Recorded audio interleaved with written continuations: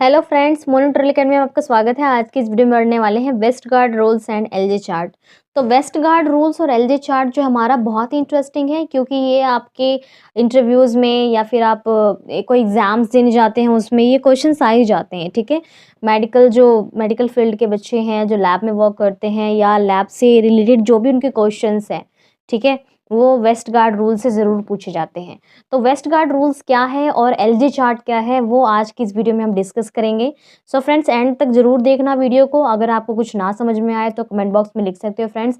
अगर इससे रिलेटेड और भी कोई टॉपिक्स है तो आप कमेंट बॉक्स में लिख सकते हैं। ठीक है, तो स्टार्ट करते हैं। सो क्वालिटी कंट्रोल, सबसे पहला जो क्वेश्चन आता है वो आता है आपका quality control. So statistical process use to monitor and evaluate an analytical process that produce patient result। ठीक है, तो एक ऐसा स्टैटिकल प्रोसेस है जिसको हम यूज करते हैं किसको, मॉनिटर एवेल्युएट करने के लिए एनालिटिकल प्रोसेस को। ठीक है, जो प्रोड्यूस करता है पेशेंट का रिजल्ट, तो उसको हम कहते हैं क्वालिटी कंट्रोल। ठीक है, क्वालिटी का मतलब यही है कि जो आप टेस्ट कर रहे हैं, ठीक है, जो आप रिजल्ट दे रहे हैं उसकी क्वालिटी क्या है, उसका कंट्रोल क्या है, क्वालिटी कंट्रोल। ठीक है, रिक्वायरमेंट्स की बात करें तो regular testing of the quality control products along with the patient sample. तो पेशेंट सैंपल के साथ हम क्या करते हैं, जो रेगुलर टेस्टिंग करते हैं। ठीक है, तो उसका जो प्रोडक्ट है उसकी जो क्वालिटी कंट्रोल है वो कंटिन्यू होता है। ठीक है, along with the patient sample. So comparison of the quality control values to standard statistical ranges. तो यहाँ पर ना आपको स्टैंडर्ड स्टैटिकल रेंजेस जो SSR बोलते हैं उसको, ठीक है, वो दिए जाते हैं आपको। तो आप कंपैरिजन करते हैं। अगर आप कंपैरिजन नहीं करेंगे तो आपको पता कैसे चलेगा कि स्टैंडर्ड वैल्यू क्या है और जो आपकी वैल्यू आई है वो क्या है। ठीक है, अगर आप रॉन्ग वैल्यू और राइट वैल्यू में फ़र्क नहीं कर पाएंगे तो आपको पता नहीं चलेगा कि वो सही से वर्क कर रहा है या नहीं कर रहा है। ठीक है, so comparison is the most important. ठीक है, क्वालिटी कंट्रोल के अंदर कंपैरिजन करते हैं हम, वैल्यू दी जाती है यहाँ पे, स्टैंडर्ड स्टैटिकल रेंजेस होते हैं। ठीक है, जिससे हम कंपैरिजन करते हैं। अब आता है हमारा क्वालिटी एश्योरेंस। अभी तो हमने क्वालिटी कंट्रोल पढ़ा, अब हमारा आता है क्वालिटी इंश्योरेंस। तो क्वालिटी एश्योरेंस क्या है हमारा, so planning, documenting and agreeing on a set of guidelines that are necessary to ensure quality. तो यहाँ पर क्या है कि प्लानिंग और डॉक्यूमेंटिंग जो है हमारा, ठीक है, एग्रीइंग जो है, जो कुछ गाइडलाइंस होती हैं। गाइडलाइंस का मतलब ये होता है कि जो आप वर्क कर रहे हो वो किस प्रोसेस के थ्रू कर रहे हो, ठीक है, वो आते हैं आपके गाइडलाइंस के अंदर। So QA, quality assurance planning, is undertaken at the beginning of a project that draw of specification and standard। तो ये जो QA प्लानिंग होती है, ठीक है, ये अंडरटेकन है जो बिगिनिंग होते हैं, ठीक है, प्रोडक्ट्स के अंदर जो प्रोजेक्ट्स होते हैं उसके अंदर जो बिगिनिंग होते हैं वो स्पेसिफिकेशंस एंड स्टैंडर्ड्स को ड्रॉ ऑन करने के लिए होते हैं, यूज होते हैं। ठीक है, so the purpose of a QA is to prevent defect of entering into the solution in the first place। तो जो पर्पस होता है बेसिकली क्यूए का, वो प्रिवेंट करता है डिफेक्ट को, ठीक है, जो कि सॉल्यूशन के अंदर फर्स्ट प्लेस पे एंटर हुआ है। तो यहाँ पर इसका एक बहुत ही बड़ा रोल होता है क्वालिटी इंश्योरेंस और क्वालिटी कंट्रोल का। तो यहाँ पे ये जो आप देख रहे हो, ये जो डायग्राम बना हुआ है, एक तरफ अगर क्वालिटी एश्योरेंस है तो एक तरफ क्वालिटी कंट्रोल है। ठीक है, तो दोनों ही इंपॉर्टेंट होते हैं आपके Westgard rule, LJ chart, जो भी आप वेस्ट गार्ड रूल्स के अंदर आपका क्वालिटी कंट्रोल और क्वालिटी एश्योरेंस दोनों ही ज़्यादा इंपॉर्टेंट होते हैं।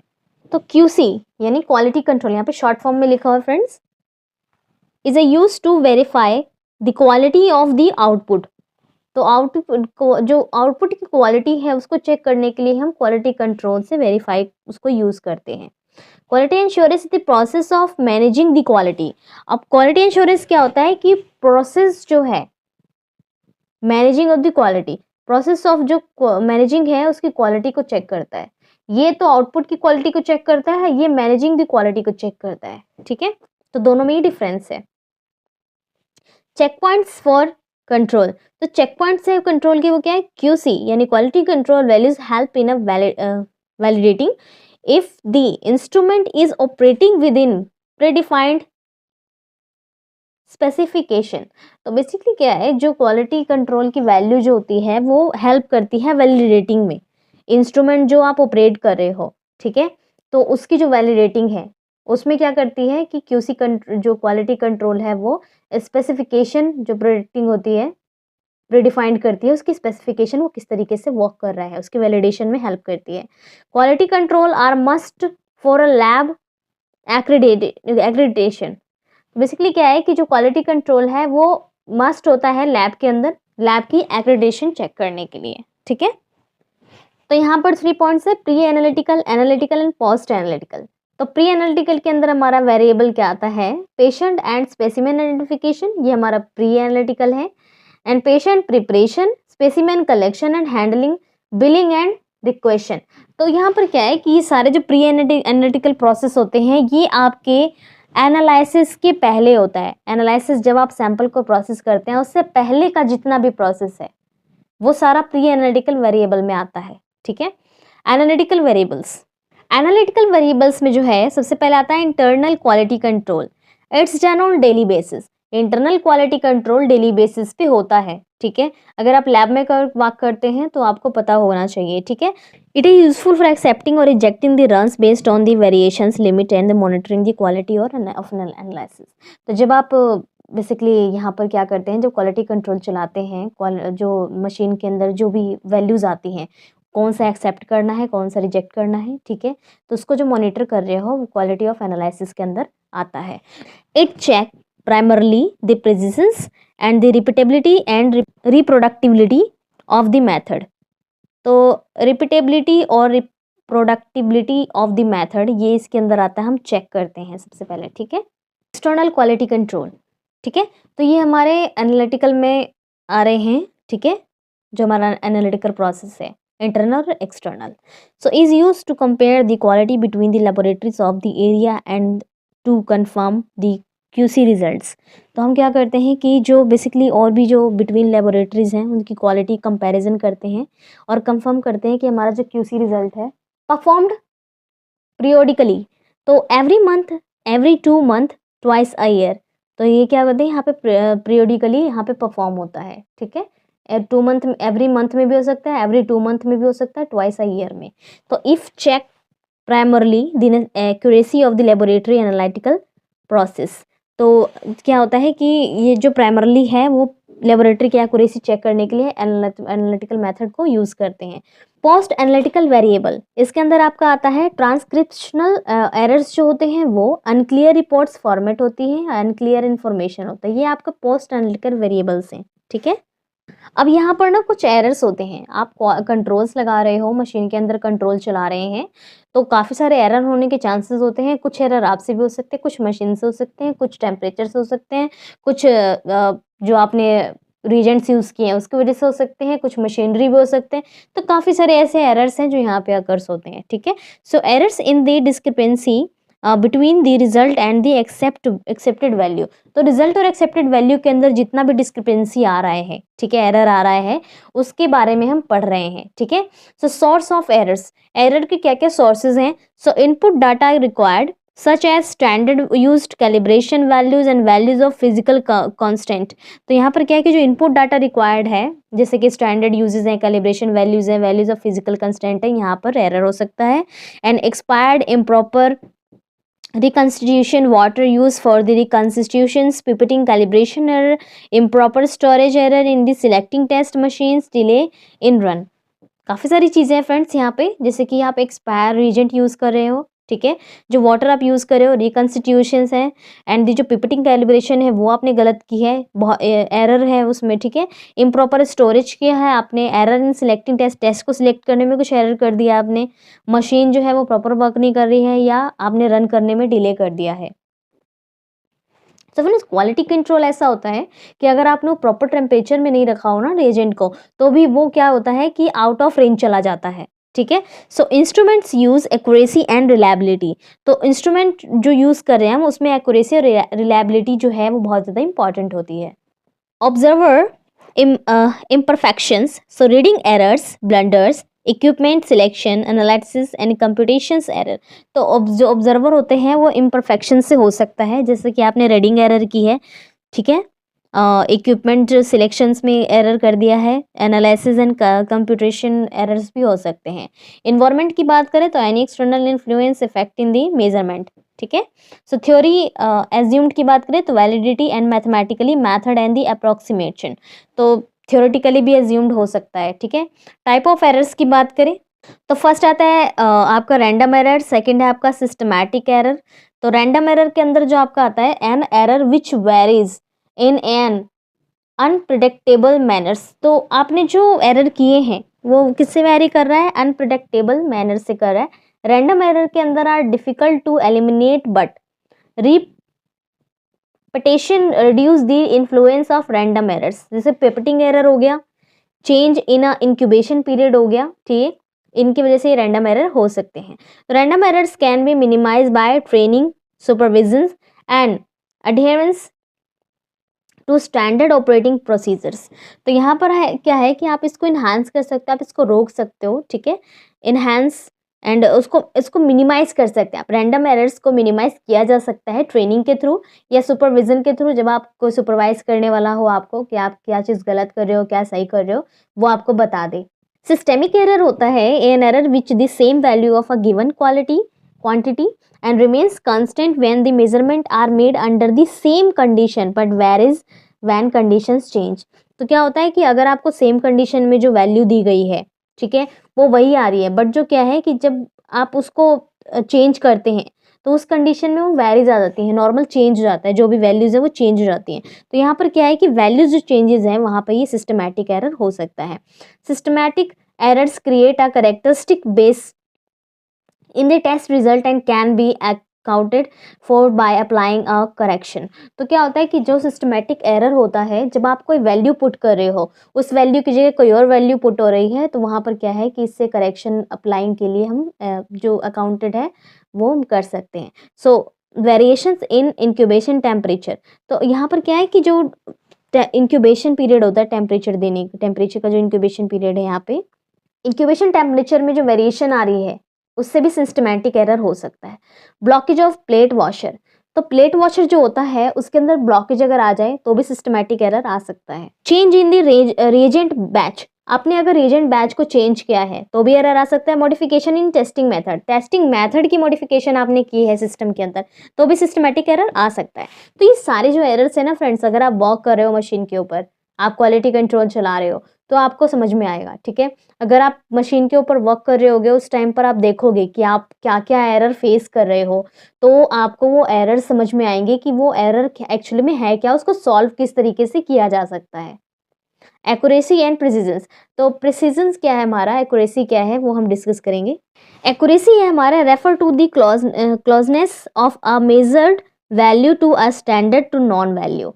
तो यहाँ पर क्या है कि जो हम वैल्यू मेजर कर रहे हैं और जो हमारा स्टैंडर्ड वैल्यू हो, जो नॉन वैल्यू है, उस वो जब रेफर हो तो वो हमारा होता है एक्यूरेसी। प्रिसीजंस का क्या मतलब होता है कि refers to the closeness two or more measurement to each other, ठीक है। तो हम क्या करते हैं कि टू और मोर मेजरमेंट करते हैं। यहाँ पर डायग्राम देख सकते हो, यहाँ पर ना लो एक्यूरेसी और लो प्रिसिजंस है। कैसे, यहाँ पर देख सकते हैं आप कि ये जो मार्किंग की हुई है, यहाँ पर ना एक सिस्टमैटिक एरर होता है, एक रैंडम एरर है। ये आपका सिस्टमैटिक एरर जो होता है वो आपकी पुअर एक्यूरेसी है, ठीक है। यहाँ पर लो एक्यूरेसी है और हाई प्रिसिजंस है। हाई प्रिसिजंस क्या होता है कि जो यहाँ पर मैंने आपको बताया कि एक से ज़्यादा जो मेजरमेंट आ रहा है, ठीक है।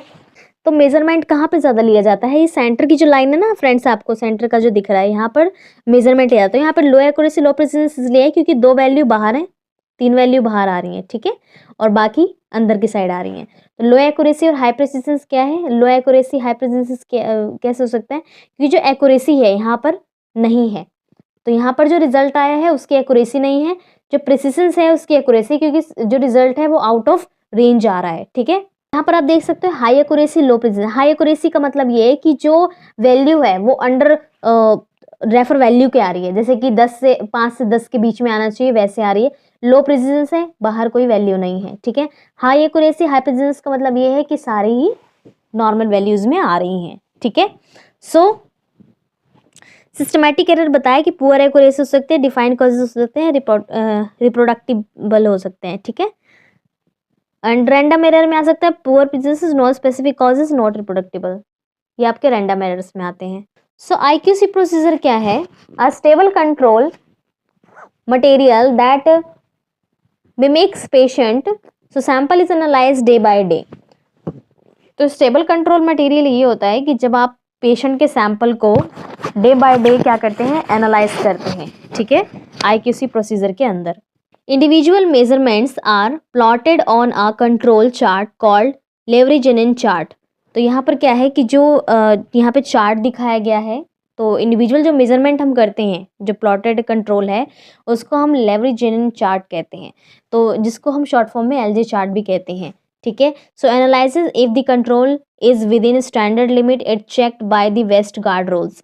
तो जो एनालिटिकल होता है, एनालिसिस जो होता है, उसके कंट्रोल को चेक करने के लिए स्टैंडर्ड लिमिट्स होती है, जिसको हम वेस्टगार्ड रूल्स के थ्रू ही चेक करते हैं, ठीक। एलजे चार्ट, जिसको हम लेवरेजेनिन चार्ट कहते हैं फुल फॉर्म में, it is use to graph successive QC value. तो यहाँ पर क्या है कि ग्राफ के थ्रू क्यूसी वैल्यूज दी गई हैं, ठीक है, जो काफ़ी सक्सेसिव है।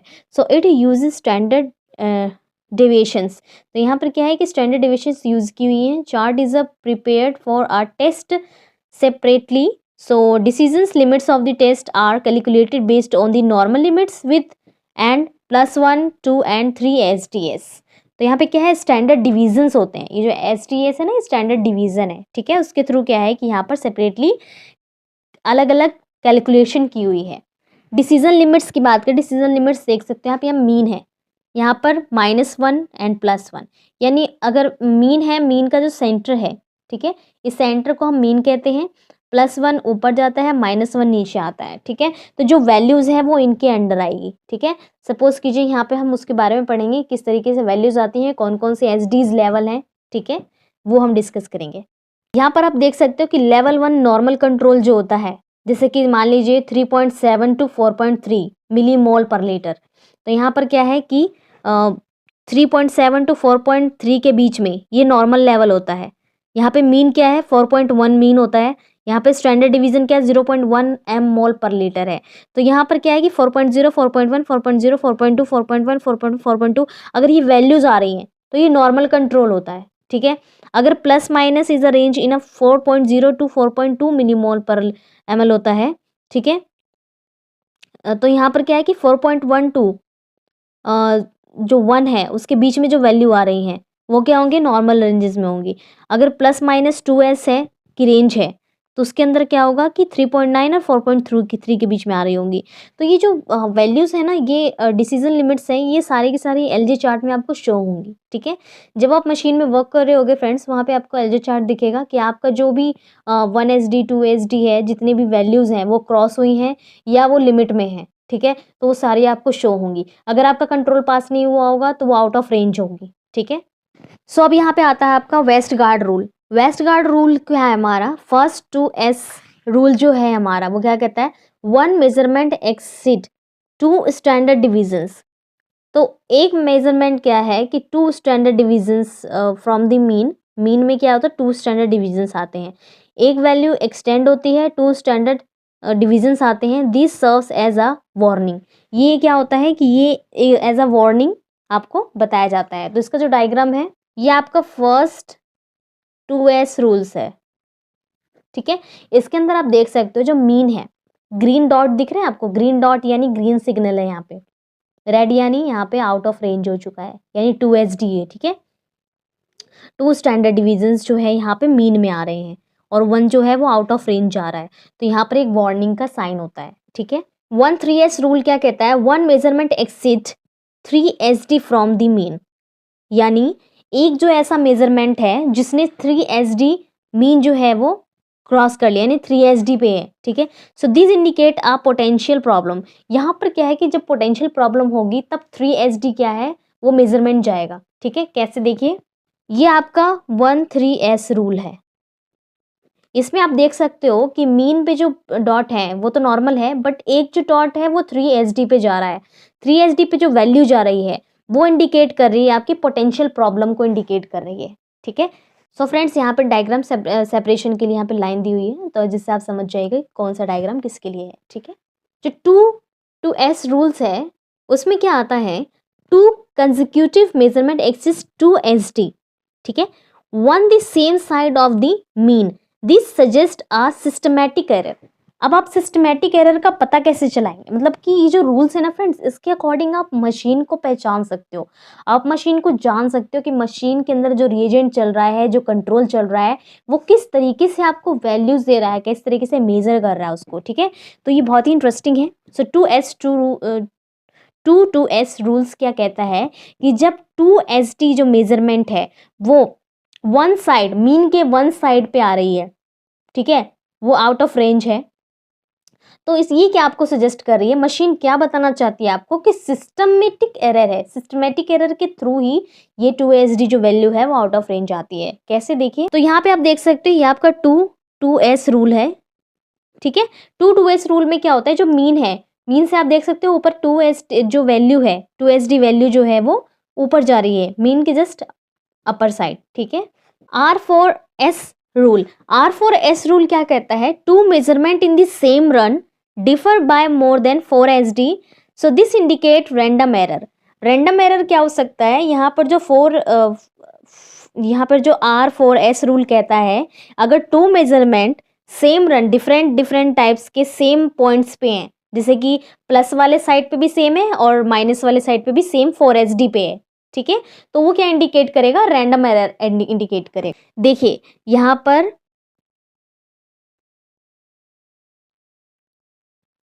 R4S रूल, R4S रूल क्या कहता है, मीन के अपोजिट साइड्स जो हैं, यानी प्लस वाले साइड और माइनस वाले साइड में सेम पोजीशन पे, ठीक है, सेम पोजीशन पे 2SD पे, ठीक है, जो मोर देन 4SD भी हो सकता है, ठीक है, दोनों में डिफरेंस है, तो ये आपके R4S रूल्स के अंदर आता है। फर्स्ट S रूल्स क्या कहता है, four consecutive measurement exceed first SD on the same side of the mean, यानी 4 जो है कंजिक्यूटिव मेजरमेंट जो है वो एक्सीड हो रहा है वन साइडेड, ठीक है, यानी अपर साइड में 4 ऐसी वैल्यूज हैं जो मीन के फर्स्ट SD तक जा रही हैं, तो वो सजेस्ट कर रहा है आपको सिस्टमैटिक एरर, ठीक है। देखिए फ्रेंड्स, यहाँ पे मीन है, ये जो फर्स्ट SD के पास 4 वैल्यूज आ रही हैं, ये मेजर कर रहा है सिस्टमैटिक एरर, ठीक है। 10x रूल, 10x रूल क्या कहता है, 10 consecutive measurements are on the same side of the mean, यानी मीन के सेम साइड पे ही 10 कंजिक्यूटिव मेजरमेंट्स जो है वो हैं, ठीक है, तो वो क्या इंडिकेट कर रहा है आपको, सिस्टमैटिक एरर, यानी आपको 3 सिस्टमैटिक एरर आपको इस वेस्टगार्ड रूल्स में देखने को मिलेंगे जो कि सिस्टम के थ्रू ये एरर्स हुए हैं। देखिए ये 10x रूल है, यहाँ पर क्या है कि जितने भी मेजरमेंट है वो मीन के अपर साइड में वन साइड में आ रही हैं, टोटल 10 मेजरमेंट्स हैं, कंजिक्यूटिव मेजरमेंट्स हैं, जो कि आपको बताता है, इंडिकेट करता है कि ये आपका सिस्टमैटिक एरर है। वेस्टगार्ड रूल यहीं पे फिनिश होता है फ्रेंड्स। सो अगर वीडियो अच्छी लगी हो तो लाइक कीजिएगा, अगर ये हेल्पफुल है तो भी लाइक कीजिएगा फ्रेंड्स। अगर आप नए हैं चैनल पे सब्सक्राइब करना मत भूलिएगा, और ऐसी वीडियो की अपडेशन आपको मिलती रहेगी, ठीक है। सो फ्रेंड्स, अगर कोई क्वेश्चन है, कोई टॉपिक है आपका, तो कमेंट बॉक्स में लिख सकते हैं। तो अगर इसके अंदर कोई क्वेश्चन है आपका तो भी आप कमेंट बॉक्स में लिख सकते हैं फ्रेंड्स। मिलते हैं नेक्स्ट वीडियो में। Thank you so much.